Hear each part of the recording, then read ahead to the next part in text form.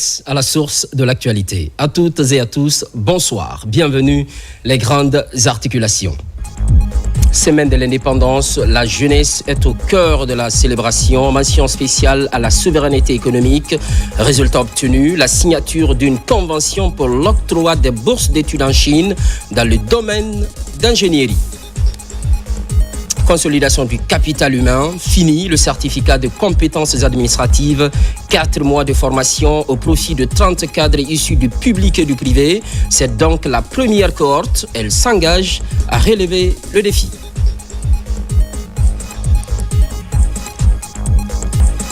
Tournée d'inspection du ministre de l'Hydraulique et des Hydrocarbures. L'opération implique l'Agence nationale de l'assainissement et de la salubrité publique. Objectif, identifier les problèmes et par la suite envisager des solutions. Une fois de plus, bonsoir. À présent, le contenu de ces décrets. Décret D 2025-0181 PRG SGG portant promulgation de la loi ordinaire L 2025-022 CNT du 13 août 2025, le président de la République, vu la Constitution, décrète. Article 1er.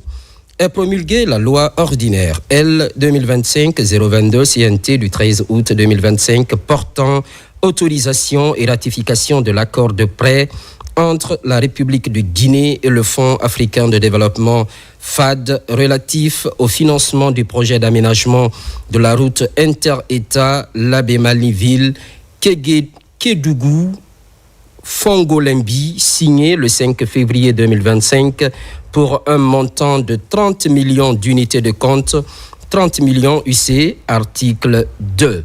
Le présent décret qui prend effet à compter de la date de sa signature sera enregistré et publié au journal officiel de la République. Conakry, le 30 septembre 2025, signé Général Mamadi Doumbouya. Cet autre décret D 2025-0183 PRG SGG portant promulgation de la loi ordinaire L 2025-025 CNT du 13 août 2025, le président de la République, vu la Constitution, décrète. Article 1er. Est promulguée la loi L 2025-025 CNT du 13 août 2025 portant autorisation et ratification des accords ci-après. L'accord de financement relatif au projet eau et assainissement en Guinée, PEAG, entre la République de Guinée et l'Association internationale de développement, IDA, signé le 21 avril 2025 pour un montant de 200 millions de dollars américains. L'accord de don relatif au financement du projet eau et assainissement en Guinée, PEAG, entre la République de Guinée et la Banque internationale pour la reconstruction et le développement, agissant en qualité d'agent d'exécution du Fonds pour l'environnement mondial, signé le 21 avril 2025 pour un montant de 10 millions 92 000 dollars américains. Article 2. Le présent décret qui prend effet à compter de la date de sa signature sera enregistré et publié au journal officiel de la République. Conakry, le 30 septembre 2025, signé Général Mamadi Doumbouya. Semaine de l'indépendance, mention spéciale à la souveraineté économique. La jeunesse est au cœur de la célébration. Moment fort de la journée, la signature d'une convention entre le gouvernement guinéen et la compagnie minière chinoise SPIC Guinée pour l'octroi de 14 bourses d'études en Chine destinées à la formation d'ingénieurs dans le cadre de Simandou Academy. C'est le ministre Djiba Diakité qui préside la cérémonie. Omar Bari. Les activités de la semaine de l'indépendance ont effectivement démarré ce lundi 29 septembre 2025 à Conakry. Au chapiteau du Palais du Peuple, la journée d'ouverture a été consacrée aux jeunes et à leur rôle dans l'avenir économique de la Guinée autour de réflexions sur l'entrepreneuriat, l'innovation et l'emploi. En présence de plusieurs membres du gouvernement, la cérémonie a débuté par une prestation artistique valorisant une Guinée tournée vers le développement. La ministre de l'Industrie et des Petites et Moyennes Entreprises, Dr Diaka Sidibé, a rendu hommage à Monsieur le Président de la République, son Excellence le Général Mamadi Doumbouya, pour avoir placé la jeunesse au centre du programme Simandou 2040, notamment à travers Simandou Academy. 2 panels ont marqué la journée. Entrepreneuriat jeune, un levier pour la souveraineté économique, animé par des jeunes entrepreneurs partageant leurs expériences. Et secteur stratégique, pilier de la souveraineté économique et l'identité nationale, réunissant des experts des domaines miniers, énergétiques, culturels et digital. Un concours sur le programme Simandou 2040 a réuni également 5 groupes de jeunes développeurs. Les 3 meilleurs projets ont été primés, les autres recevant des prix d'encouragement. Moment fort de la journée, la signature d'un accord entre le gouvernement et State Power Investment Corporation, SPIC Guinée, pour l'octroi de 14 bourses d'études en Chine destinées à la formation d'ingénieurs dans le cadre de Simandou Academy. Le ministre directeur du cabinet de la présidence, Sadjiba Diakité, président du comité stratégique de Simandou, a présidé la cérémonie entouré des ministres de l'enseignement supérieur, de la recherche scientifique et de l'innovation, Alpha Bakar Bari, des mines et de la géologie, Bouna Silla, de l'économie et des finances, Mourana Souma, du budget, Fassine Silla, ainsi que de l'industrie et des petites et moyennes entreprises, Dr Diaka Sidibé. Le représentant des boursiers, Mamadou Alpha Bari, a exprimé la gratitude des lauréats promettant de mettre leurs compétences au service du pays. L'ambassadeur de Chine, Sun Yong, a salué l'engagement des présidents Doumbouya et Xi Jinping pour le renforcement de la coopération bilatérale. La signature de cet accord marque une étape de plus dans le cadre de la refondation de notre nation, mettant en avant la qualification de nos ressources humaines. Elle vient également confirmer le fait que tous les Guinéens, quel que soit leur rang, peuvent, en raison de leur mérite, bénéficier du soutien et de l'accompagnement de nos autorités. Cette bourse est pour nous une opportunité de nous découvrir, d'aller au-delà de l'horizon, explorer pleinement notre potentiel. Signer cet accord marque un engagement de notre part à porter haut la responsabilité, mais surtout d'honorer la République de Guinée sur la scène internationale. Le ministre de l'économie et des finances, Mourana Souma, et celui du budget, Fassine Silla, ont rappelé que la vraie indépendance économique commence par la mobilisation des ressources internes, soulignant la croissance enregistrée sous l'ère CNRD et l'impact attendu du projet Simandou, porteur d'emploi et de formation pour les jeunes. Les produits miniers, un jour vont finir. Qu'est-ce qui restera? C'est la qualité des ressources humaines, des investissements très structurants. C'est l'effet bénéfique sur l'économie nationale.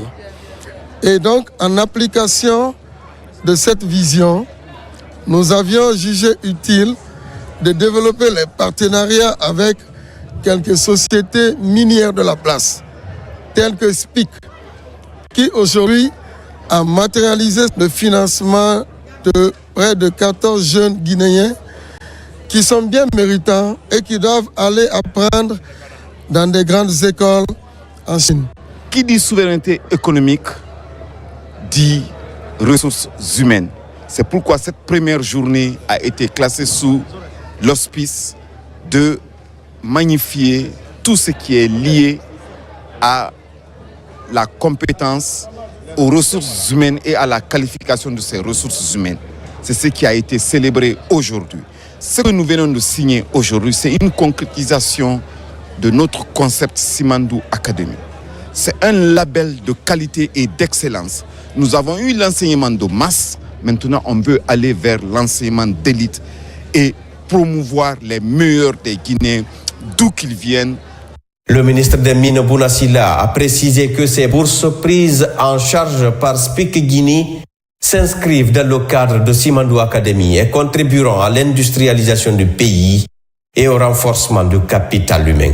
Ces bourses, il s'agit de 100 jeunes étudiants qui vont partir dans les prochaines années pour étudier en Chine dans les filières scientifiques et techniques et pour pouvoir revenir travailler dans ces raffineries et dans les industries qui sont en train d'être développées dans notre pays dans le cadre du programme Simandou 2040. Quand on investit sur le capital humain, en formant nos jeunes, qui seront des bons ingénieurs, les gens viendront investir en Guinée, tel que l'a dit le président de la République. C'est-à-dire qu'ils ne viennent pas parce qu'on a des ressources naturelles, mais ils viendront investir en Guinée parce qu'on a du capital humain. Son homologue de l'enseignement supérieur, Alpha Bakar Bari, a annoncé par ailleurs de 20 étudiants en France, insistant sur la nécessité de valoriser les ressources humaines pour éviter la fuite des cerveaux. Un pays aussi riche que le nôtre, pour le transformer, il faut une ressource humaine de qualité. Et nous commençons avec force en envoyant certains lauréats des classes préparatoires aux grandes écoles vers les meilleures universités, les écoles d'ingénieurs de Chine. Avant ces 14, une vingtaine d'autres ont été admis dans le réseau polytechnique en France. L'objectif et la vision du chef de l'État, c'est d'aller prendre la connaissance partout où elle est et de la ramener en Guinée pour que l'on puisse avoir des Guinéens bien formés, mais surtout capables de porter notre développement. En clôture, Dr Diaka Sidibé a réaffirmé que Simadou 2040 est un programme de transformation socio-économique qui fait de la jeunesse un acteur clé. Elle a exhorté les boursiers et jeunes entrepreneurs à œuvrer pour une Guinée souveraine et prospère. À travers la célébration de l'an 67 de notre indépendance nationale, à travers la souveraineté économique, surtout s'inspirer du passé pour construire le futur ensemble. Ce que nous avons fait aujourd'hui à travers cette journée dédiée à la jeunesse est multiple. D'abord, les jeunes entrepreneurs se sont exprimés, des jeunes innovateurs ont présenté des projets structurants, des échanges ont eu lieu à travers les programmes structurants tels que le projet Simandou et le programme Simandou 2040 et ses 5 piliers. Ce qui est intéressant, c'est qu'à travers cette journée dédiée à la jeunesse qui est l'avenir de notre souveraineté économique, il y a eu la signature de cette convention pour la formation de notre capital humain pour les industries en repli de Guinée. D'abord l'industrie minière et d'autres ingénieurs qui serviront tout notre écosystème. Ce qu'il faut retenir aujourd'hui, et ceci est extrêmement important pour le secteur privé et pour les petites et moyennes entreprises en Guinée.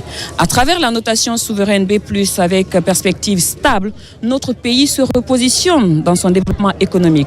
Notre pays se positionne au sein de la sous-région ouest africaine. Et notre pays devient dérisqué pour l'investissement privé. Et surtout, ça c'est une opportunité pour le secteur privé et les petites et moyennes entreprises et les industries guinéennes.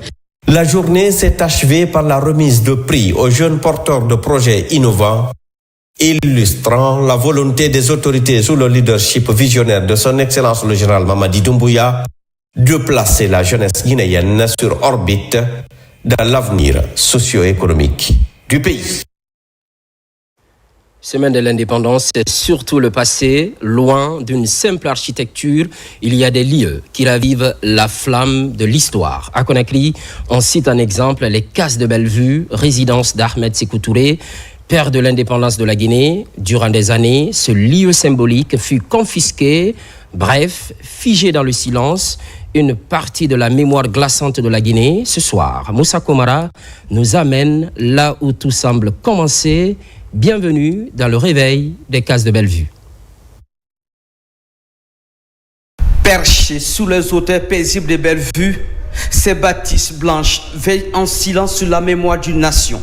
Ce sont les Cases de Bellevue, des bâtiments singuliers, porteurs d'une histoire forte et pleine d'essence. Il y a toute une histoire. Je vous dirais que ces cases-là, le modèle est venu de Tinka. Tinka, c'est une hauteur qui domine Dalaba. Le chef de canton du village de Dalaba était logé là-bas. C'est en 1946 que le président s'est rendu là-bas et il y avait des chefs qui aimaient bien le président, dont celui de Tinkala. Il a reçu le président là-bas, il l'a logé. En ce moment, ici, il n'y avait pas de case. La première case qu'il a vue comme ça, moderne, construite moderne, c'est à Tinka. Alors, quand il a vu ça, le chef l'a reçu là-bas, il était très content. Les cases, c'est la culture africaine. Nous appelons nos habitations les cases rondes, c'est comme ça que nos parents habitaient.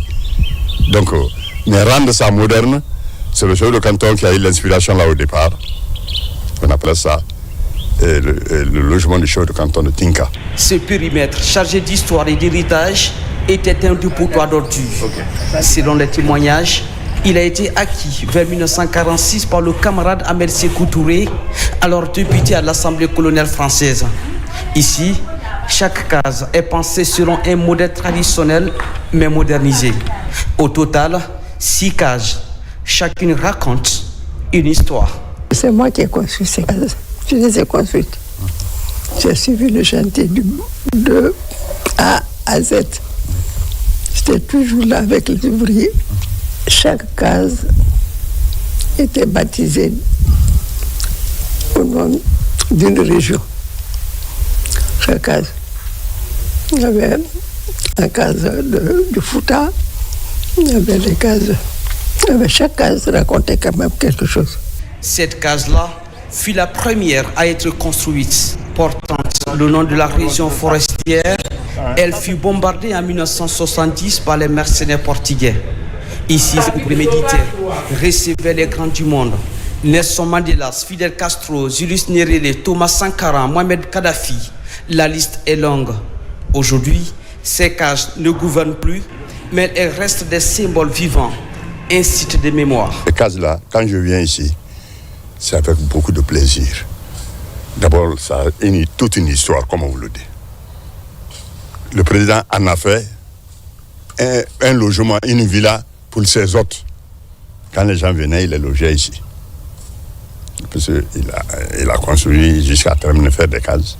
Il est logé ici. Il y a des cases sous forme de permanence. Si vous allez tout à l'heure, vous verrez, ça c'est la permanence. On se rencontre là-bas, il y avait des choses, des réunions pour se tenir là-bas. Il y a des cases qui sont des logements. Donc, quand les gens venaient, le samedi soir, par exemple, ils étaient là. Peut-être que l'agression est 20 novembre. Le 21 novembre, tout le monde était là. Les gens étaient venus. Ils sont joués, après ils se sont séparés. Ces cases aux architectures rares ont inspiré. À partir d'elles, les villas civiles dans les provinces ont germé. Mais après la mort de Sékou Touré en 1984 et le coup d'état militaire qui a suivi, les cases de Bellevue sont saisies. Pendant 37 ans, elles sont restées silencieuses, marquées par l'histoire et les oublis. En décembre 2021, le général Mamadi Doumbouya, alors colonel, signe un décret historique. La propriété est restituée aux héritiers. Une page se tourne, une blessure se referme, la mémoire retrouve sa maison. 67e anniversaire de l'indépendance de la Guinée, la représentation diplomatique basée au Libéria s'active dans les préparatifs. C'est en synergie avec les compatriotes évoluant dans ce pays frère. Un appel à la mobilisation est mené présentement. Principale cible, les marchés et les quartiers. Mohamed Lamine Kamara, envoyé spécial. À Monrovia, la capitale libérienne, le 67e anniversaire de l'indépendance guinéenne se prépare en grande pompe. D'ores déjà, les préparatifs du 2 octobre coïncident avec le déménagement du personnel diplomatique dans la nouvelle chancellerie, un bâtiment à 3 niveaux acheté par le président de la République, général Mamadi Doumbouya. À 2 jours du jour J de la fête de l'indépendance, l'ambassade et la communauté guinéenne multiplient des initiatives pour la réussite de l'événement. C'est dans le cadre de cette fête que nous voulons faire honneur. Nous remercions le président de la République, le général Mamadi Doumbouya, pour sa vision de voir la Guinée toujours belle, rayonnante, que nous avons eu la chance d'obtenir ce nouveau bâtiment. Et cet édifice qui aujourd'hui fait la fierté de la Guinée au Libéria. Nous avons des audiences presque tous les jours, les ambassadeurs qui viennent nous saluer. Ça dénote la place qu'occupe la Guinée au Libéria aujourd'hui. Ici, les ressortissants guinéens sont déjà dans l'effervescence de la fête de l'indépendance. Les chansons dédiées à la fierté guinéenne et des gadgets aux couleurs guinéennes sont au rendez-vous dans ce grand marché de Monrovia. Ici, le Libéria, la communauté est très bien organisée de telle sorte que chaque communauté a ses responsables. Nous avons fait appel à ces responsables, donner les informations à la population. Tout de suite, là où je suis là, j'ai les lettres là à déposer au niveau de chaque communauté. Nous allons vous rassurer qu'il sera une réussite à 100%. Cette synergie d'action prouve à suffisance que la représentation diplomatique et la communauté guinéenne unissent leurs efforts au renforcement du vivre ensemble et la cohabitation pacifique ici au Libéria. Passation des marchés publics. Il existe depuis un certain temps la plateforme numérique baptisée Télémo. Elle se retrouve pour sa 5e session du comité de pilotage. La réunion est présidée par le Premier ministre, chef de gouvernement. Ousmane Bangoura, compte rendu. Fidèle à sa volonté de moderniser la commande publique, le Premier ministre Amadou Ouriba a présidé ce jour les travaux de la 5e session du comité de pilotage de Télémo. Une plateforme dédiée à la digitalisation des marchés publics, conçue pour rendre les procédures plus rapides et transparentes. Aujourd'hui, nous avons l'opportunité à travers le numérique d'afficher à travers tout le pays tous les plans de passation de marchés publics qui existent dans nos administrations.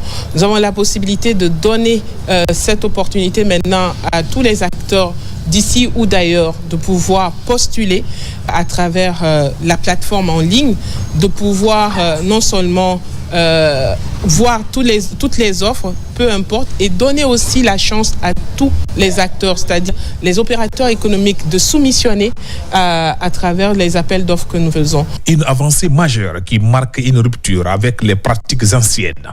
Télémo entend faciliter l'accès équitable à la commande publique et renforcer la confiance des investisseurs.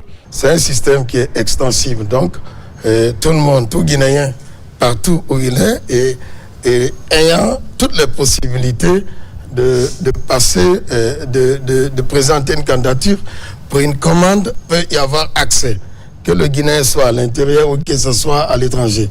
Donc il y a un caractère exhaustif, un caractère inclusif vis-à-vis des marchés publics. À travers cette réforme numérique, le gouvernement réaffirme son engagement à améliorer la gouvernance économique et à assainir le climat des affaires conformément aux orientations du président de la République, le général Mamadi Doumbouya. 80e Assemblée générale des Nations Unies, à la tribune, le général Amara Camara intervient au nom du chef de l'État. Dans le discours de circonstance, la Guinée se montre favorable à la paix, à la souveraineté et au développement. Voilà, entre autres, quelques messages clés rappelés par Fatoumata Kourouma. À l'occasion de la 80e session de l'Assemblée générale, la Guinée a marqué sa présence avec éclat. À la tribune universelle, symbole du dialogue entre les nations, le ministre secrétaire général de la présidence générale Amara Camara a porté haut la voix du chef de l'État, le général Mamadi Doumbouya.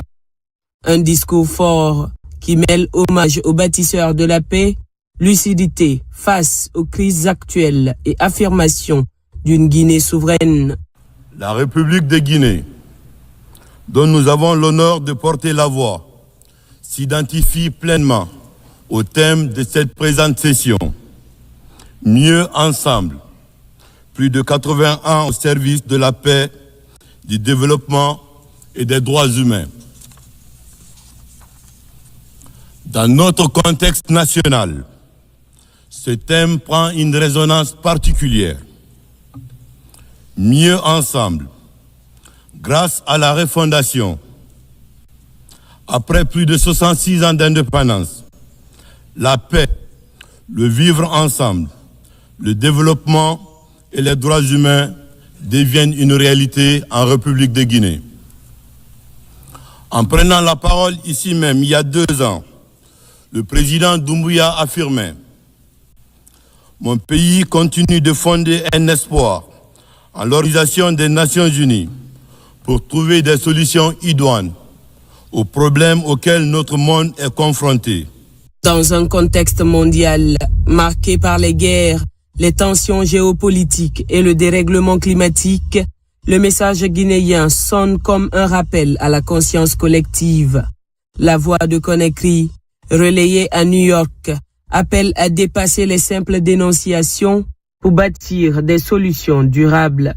La Guinée, à travers son chef de l'État, assume désormais une vision claire, celle d'une Afrique maîtresse de son destin, affirmant sa souveraineté et s'inscrivant dans la dynamique du progrès partagé. Le bien-être du peuple et le vivre ensemble sont les véritables synonymes de la paix. C'est ce qu'affirmait déjà le président Doumbouya en faisant de cette priorité la ligne directrice de son action à la tête de l'État. Grâce à sa rigueur et à sa constance, la Guinée s'est réconciliée avec elle-même et avance courageusement sur le chemin de son développement, en affirmant la fin d'une époque déséquilibrée et injuste où l'Afrique n'avait pas droit au chapitre. Le président Doumbouya a fait le choix d'assumer pleinement notre souveraineté nationale.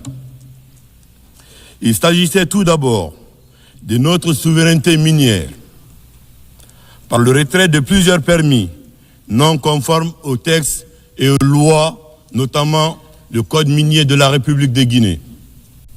Aussi, notre souveraineté intellectuelle, à travers la transformation de notre système éducatif et la promotion de l'excellence. C'est ainsi qu'est née l'initiative Simandou Academy, qui offre aux meilleurs enfants du pays, en termes de rendement scolaire, l'opportunité d'étudier dans les meilleures écoles du monde et dans les meilleures conditions, afin de doter notre pays du capital humain nécessaire pour son développement. Aujourd'hui, dans une démarche méthodique tournée vers l'avenir, le président Mamadi Doumbouya a initié le programme Simandou 2040, construit autour de 5 piliers stratégiques. Le premier pilier, c'est l'agriculture, l'industrie alimentaire et le commerce, qui est le moteur de notre croissance. Le second pilier, c'est l'éducation et la culture, qui sont les fondations de notre demain. Le troisième pilier, ce sont les infrastructures, les transports et les nouvelles technologies pour connecter davantage notre beau pays. Le quatrième, c'est l'économie, les finances et la science, afin de garantir notre souveraineté financière. Enfin, le dernier, c'est la santé et le bien-être, qui constituent pour nous une priorité nationale. Le projet Simandou, qui abrite le plus grand gisement de fer au monde, contribuera significativement à la décarbonisation de notre planète grâce à la teneur exceptionnelle de son minerai, qui est autour de 65%. Et pour garantir la pérennité du programme, un fonds souverain sera mis en place, alimenté essentiellement par les revenus de Simandou, bien entendu complété par d'autres mécanismes classiques. À travers ce programme structurant, le président Mamadi Doumbouya trace la voie d'une transformation profonde où les richesses nationales deviennent moteurs de prospérité. La Guinée, forte de son potentiel minier et agricole, se positionne comme un acteur clé de la décarbonisation mondiale grâce au projet Simandou. Et la reconnaissance internationale n'a pas tardé. La notation souveraine B+, une première historique, consacre la crédibilité et la solidité de l'économie guinéenne sur les marchés financiers. En voulant doter notre pays d'une constitution qui nous rassemble et qui nous ressemble, une démarche de concertation et de recherche d'inclusivité a été initiée. Elle fut certes longue, mais utile et nécessaire au regard de nos passifs. Nous sommes heureux d'annoncer du haut de cette tribune que le projet de constitution qui a été soumis au peuple de Guinée par référendum a été adopté à une très large majorité. C'est l'occasion pour moi, au nom du chef de l'État, de saluer la maturité du peuple de Guinée et saluer également son attachement à l'avenir de son pays. Depuis sa promulgation par le chef de l'État, la République de Guinée a désormais une constitution qui marque son retour à l'ordre constitutionnel tant attendu par nos populations et la communauté internationale. À travers ce discours, le général Amara Kamara a rappelé la vision du président Mamadi Doumbouya, une Guinée souveraine, tournée vers le développement, attachée à la paix et aux droits humains. Un message qui, à la tribune des Nations Unies, a résonné comme une promesse d'avenir pour tout un peuple. Consolidation du capital humain, fini le certificat de compétences administratives. Je vous l'annonçais dans les titres. L'approche est alignée à Simandou 2040. Une session de 4 mois profitable à 30 cadres issus du public et du privé. C'est donc la première cohorte. Elle s'engage à répondre aux défis de transformation des services publics. Mamadi Ternaka Misoko. 4 mois de formation intensive et en ces jours la consécration. Ces 30 cadres, issus de plusieurs ministères et du secteur privé, reçoivent leur certificat de compétences administratives au titre de l'année 2025. 15 modules, du droit administratif au leadership, en passant par l'éthique du service public, ont jalonné ce parcours destiné à forger une nouvelle génération de gestionnaires publics. Nous repartons avec des outils solides, une vision claire, adossée à celle du président de la République, et une ferme conviction que les compétences acquises ici nous permettront de servir notre administration publique et privée. Durant plusieurs mois, vous avez fait preuve d'engagement, d'assiduité et de professionnalisme durant votre parcours. Vous avez su tirer profit de cette formation pour acquérir des compétences essentielles à une gestion publique moderne, éthique et orientée vers les résultats. Je vous en félicite chaleureusement pour ce bel accomplissement. Cette cérémonie marque une nouvelle étape dans la modernisation de l'administration, en phase avec la vision des refondations prônées par le président Mamadi Doumbouya. La première promotion 2025 du certificat de compétences administratives porte le nom de Ramatoulaye Kamara, chef de cabinet du ministère du Travail et de la fonction publique. La formation et le développement des compétences ne sont pas de simples options, mais des nécessités impérieuses pour toute administration publique qui se veut moderne. Une fonction publique qualifiée est le pilier sur lequel repose le développement économique et social de notre État. Chaque agent bien formé est une pièce maîtresse dans l'édification de notre État. Fidèle à sa mission, l'Institut national de formation et de perfectionnement INFP a déjà formé et certifié des milliers d'agents du secteur public et privé. Ces nouveaux diplômés s'engagent à leur tour à servir une Guinée résolument plus moderne et plus efficace. Sur le terrain, et pour constater de visu, le ministre de l'Hydraulique et des Hydrocarbures. C'est une tournée aux allures d'inspection. On note l'implication de l'Agence nationale de l'assainissement et de la salubrité publique, une première depuis le transfert de cette structure à ce département. 3 objectifs sont à satisfaire: dresser le diagnostic, identifier le problème et envisager des solutions pour une politique d'assainissement plus efficace. Mariam Kamara pour plus de détails. Le constat commence là où la situation est souvent critique. Dans les zones de transit et de tri de Yataya et Kisoso, le ministre s'est penché sur l'urgence, capacité de stockage dépassée, gestion des biodéchets et fréquence de vidange insuffisante. Ensuite, un tour à la station de traitement des boues de vidange de Sonfonia pour voir et évaluer les niveaux d'avancement du chantier. La future station de traitement prévue à Imbaya, dont les travaux démarrent avant la fin de l'année, est aussi concernée. D'un point de vue logistique, et vu la capacité de production des déchets au niveau de notre commune, et par rapport à la logistique qu'on avait, il était très très difficile qu'on soit pleinement opérationnel. À ce niveau-là, nous venons de recevoir de nouveaux engins qui vont accroître la capacité opérationnelle des communes pour qu'on puisse faire face à cette question très très épineuse. Cette visite s'inscrit dans la vision globale de refondation de son Excellence Monsieur le Président de la République, qui se matérialise aujourd'hui par la visite de Monsieur le Ministre de l'Hydraulique et des Hydrocarbures, pour essayer de voir tout ce qui se passe sur le terrain. Il y a toute une chaîne de gestion des déchets qu'on veut coller avec la chaîne de valeur. Mais cette visite du ministre avec l'ANSP, Agence nationale de salubrité publique, c'est également celle d'exploration de solutions. La plateforme de compostage de la Jegui à Sonfonia, ici, les ordures ménagères se transforment en engrais organique. Tout cet autre centre de valorisation des déchets solides où les objets en verre sont recyclés en pavé.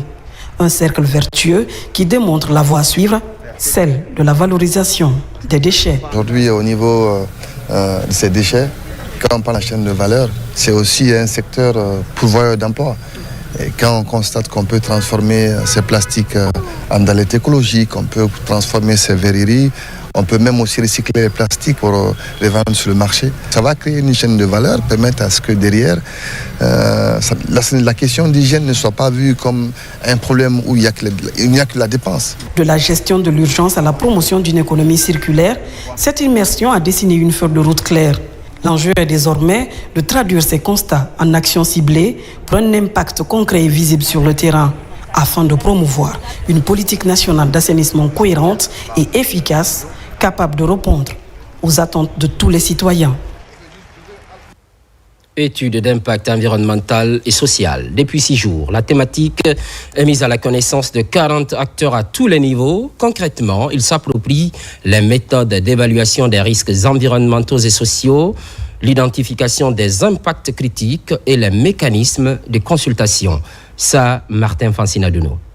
En collaboration avec le Centre de recherche et d'expertise en environnement et en développement, le cabinet Émergence Légale Afrique, spécialisé en conseil juridique, en appui et en études dans les domaines des mines, de l'environnement et du développement durable, vient d'organiser des modules de formation en faveur de 40 participants sur l'étude d'impact environnemental et social conforme aux procédures de la Banque mondiale et de la Banque africaine de développement BAD.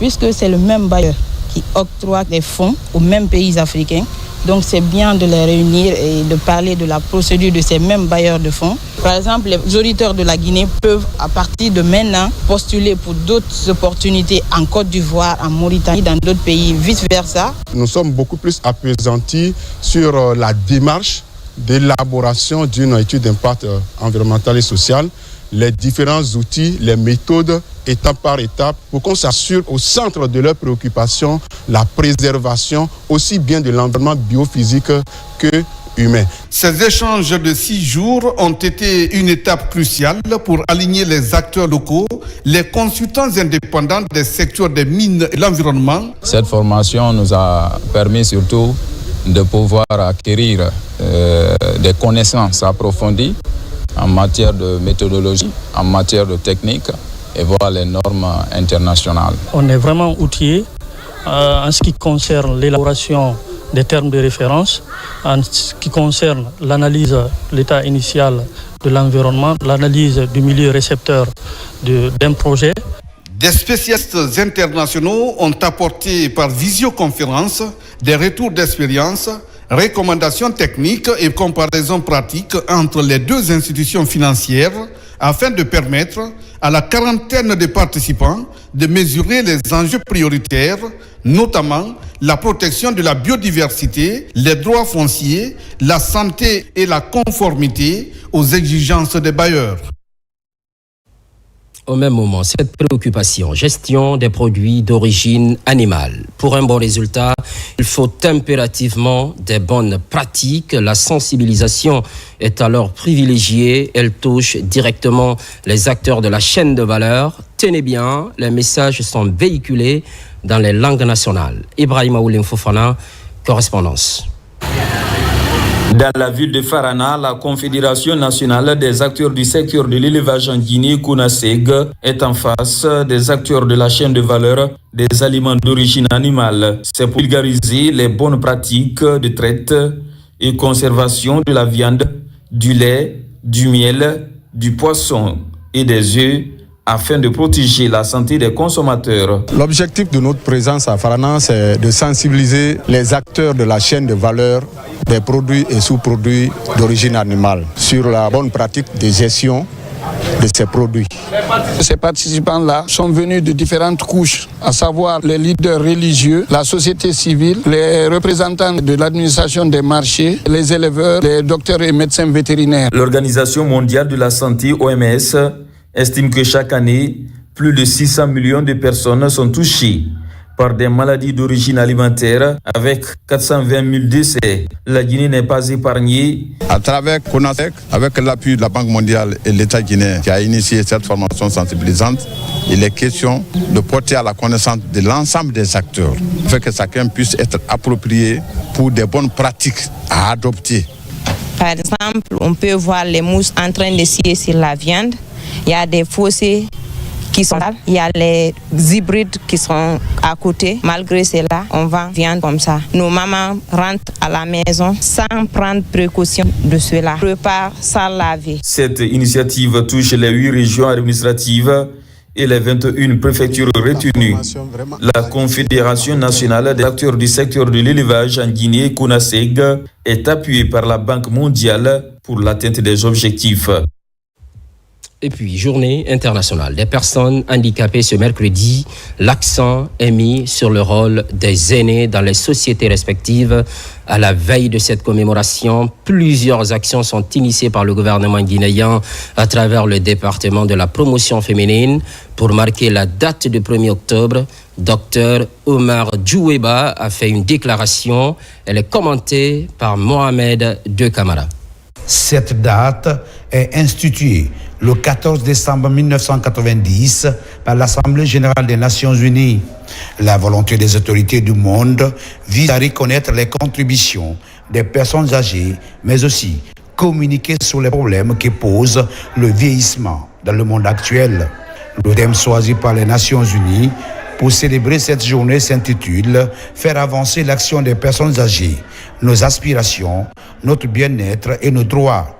Les changements opérés dans la structure famille, l'affaiblissement de la solidarité intergénérationnelle, les mutations socio-économiques et culturelles, les mouvements de population sont autant de facteurs qui ont rendu complexe le soutien aux personnes âgées et engendré la perte progressive de leur rôle. En couplant cette célébration avec celle de la journée mondiale de la kinésithérapie, le gouvernement posera des actes de valorisation du statut des personnes âgées.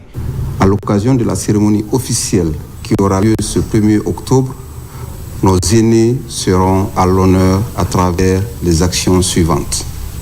Marche de santé de 100 seniors en compagnie des autorités sur une distance raisonnable allant du carrefour Moussodougou au Palais du Peuple. Diffusion de messages de sensibilisation sur les services de kinésithérapie essentiels au 3e âge et prise en charge des malaises liés aux cas d'arthrose et de douleurs lombaires. Ces actions, parmi tant d'autres, soulignent l'urgence de rompre l'isolement et la solitude de nos aînés. On s'intéresse à présent à la politique nationale sur le volontariat. On n'est pas loin de la vulgarisation de ce texte.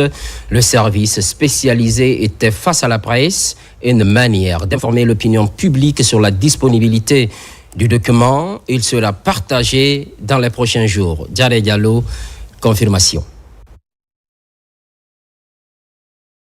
Face aux hommes et femmes de médias, les responsables de l'Agence nationale de volontariat jeune présentent les grandes lignes de ce nouvel instrument juridique. L'occasion également de rappeler la portée de la politique nationale de volontariat, désormais considérée comme un véritable levier du développement. Cette campagne s'inscrit pleinement dans la vision de son Excellence, Monsieur le Président de la République, chef de l'État, chef suprême des armées, le général Mamadi Doumbouya, dont l'attachement indéfectible au développement du volontariat en Guinée constitue une priorité nationale. Sous son impulsion, le volontariat jeunesse est placé au cœur des politiques publiques comme moteur de transformation, de résilience et de progrès. Pour concrétiser cette politique, l'agence bénéficie de l'appui de plusieurs partenaires. Ensemble, ils multiplient les actions de terrain afin de promouvoir un volontariat responsable, encadré et orienté vers les priorités nationales. Vous le savez, l'MVG est la structure mère du volontariat national en Guinée. Et cet outil va permettre de renforcer ces actions sur le terrain. Et aussi renforcer la présence des structures comme Corps de la paix, France Volontaire, qui font du volontariat international en Guinée. À travers cette campagne, nous voulons que chaque jeune, chaque organisation, chaque collectivité puisse s'approprier de ces textes, les comprendre, les diffuser et surtout les incarner dans leur action quotidienne. La campagne de vulgarisation de la loi et de la politique nationale sur le volontariat sera officiellement lancée le 10 octobre prochain à Kindia. Elle se poursuivra ensuite dans les chefs-lieux des régions naturelles du pays avec un programme d'activités variées pour permettre au plus grand nombre de Guinéens de s'approprier ces nouveaux outils. Éducation à la base, place au renforcement des capacités des délégués scolaires de la commune de Matoto. But visé, corriger les lacunes en vue de rehausser la qualité de l'enseignement. Moussa Bangoura. La formation des formateurs, une des priorités des responsables éducatifs à tous les niveaux. Ici à Matoto, délégués scolaires de l'enseignement élémentaire et leurs adjoints renforcent leurs capacités en préparation de la stratégie de suivi pédagogique des écoles. Les DSE sont des pièces maîtresses. Donc si eux ils sont formés, ils vont suivre les enseignants, ils vont suivre les directeurs, ils vont contrôler l'ensemble des activités qui se déroulent au sein des écoles. L'enjeu de ces travaux est d'améliorer la qualité de l'enseignement-apprentissage dans la municipalité de Matoto. Nous cherchons à booster leur niveau afin que cela se répercute chez les directeurs d'école et pour que ce processus continue jusqu'au niveau des salles de classe. Ce rendez-vous de consolidation des aptitudes intervient à quelques jours de la rentrée des classes.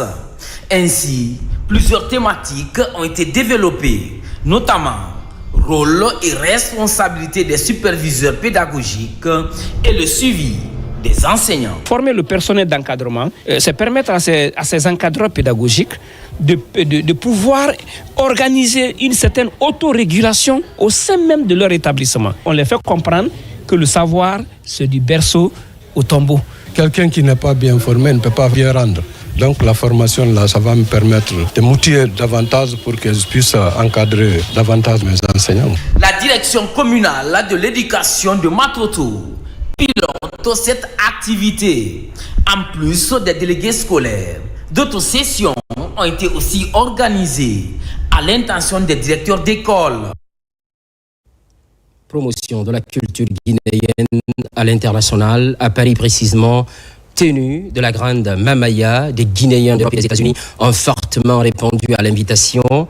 En plus des festivités, une collecte de fonds est organisée pour encourager le développement de certaines localités de la Guinée. Mohamed Souma, image, Kerfa la presse Camara, commentaire. À l'image de la grande Mamaya organisée à l'occasion de la dernière fête de Tabaski à Cancan, Seré Danjaya, numéro 4, organise la Mamaya de Paris. Elle a connu la participation des Guinéens venus de l'Europe et des États-Unis d'Amérique. Objectif, promouvoir la culture guinéenne à l'international. Les fonds collectés aujourd'hui ne restent pas ici. Ils sont envoyés en Guinée afin de participer à notre échelle au développement socio-économique de notre nation. Construire, aider, soutenir, telle est la raison d'être de notre engagement.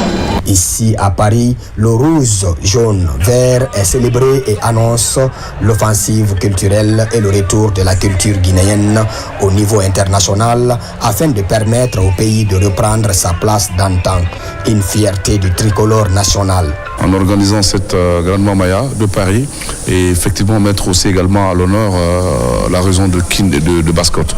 Donc c'est une occasion de promouvoir notre culture, mais aussi une occasion de se retrouver entre Guinéens, entre frères et sœurs et renforcer le tissu social également. J'ai été très impressionnée par la qualité du spectacle. L'organisation était parfaite, c'était super bien. Cette danse collective est rythmée et profondément ancrée dans la culture mandingue. Caractérisée par des mouvements synchronisés, des chants, des percussions, elle sert à célébrer la cohésion sociale, la solidarité et l'identité culturelle lors de fêtes et cérémonies en Haute-Guinée.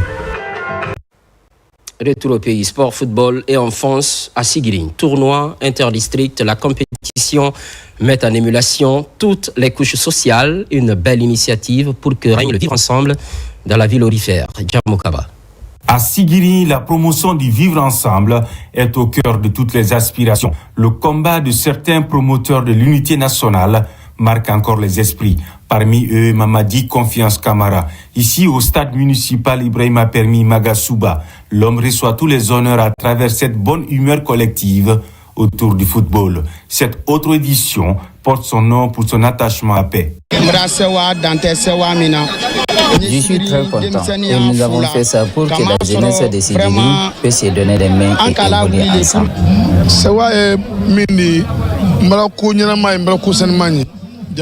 Je suis très content parce que j'ai vu des bons actes du côté de la jeunesse de Sigiri. Chaque année, le nombre de personnes ne fait que s'augmenter. C'est le grand jour pour brandir le trophée Mamadi Confiance Camara, un mécène des sports à la base. La grande finale a opposé le FC Sadala de Tigibri en rouge au FC Diamant en bleu. Après plusieurs tentatives, Sadala de Tigibri a pris le dessus. Score final 2-1. La place que j'occupe aujourd'hui, ce n'est pas autre chose. C'est de réunir les fils et filles de Sigiri. Personne n'a été remplacé et personne n'a été enlevé. Nous sommes tous là pour le bien-être de Sigiri. Sigiri Manding Djidji se manifeste aujourd'hui. Vraiment, je suis très content. Au nom de M. le Président de la République, donner plus de 1000 sacs de riz et 400 bidons d'huile. Vraiment, je suis très content. Du football, l'humanitaire s'impose pour essuyer les larmes. Derrière cette assistance, le mouvement unificateur Sigiri Manding Djidji. Le geste est composé de 1000 sacs de riz, 400 bidons d'huile et 50 de ciment pour aider les sinistrés à stabiliser leur quotidien. Afria également. Le tournoi doté du chef de l'État a pris fin. L'équipe de Kimbo sort vainqueur de la 4e édition face à Tormelin, occasion de renforcer la cohésion sociale et reconnaître les acquis du CNRD pour le développement de la Guinée. Abdoulaye Diallo.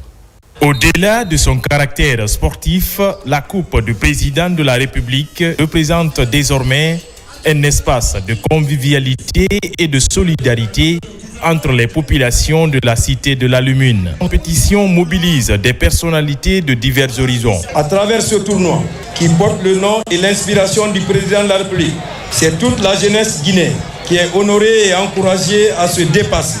Nous voyons ici l'expression concrète de son engagement constant pour l'épanouissement de la jeunesse et la promotion du sport comme instrument d'unité et de développement. L'idéal de consécration des acquis du CNRD et ce qui fait aujourd'hui que cette 4e édition a connu un succès éclatant parce que la jeunesse avait été suffisamment préparée pour encore célébrer les acquis du CNRD.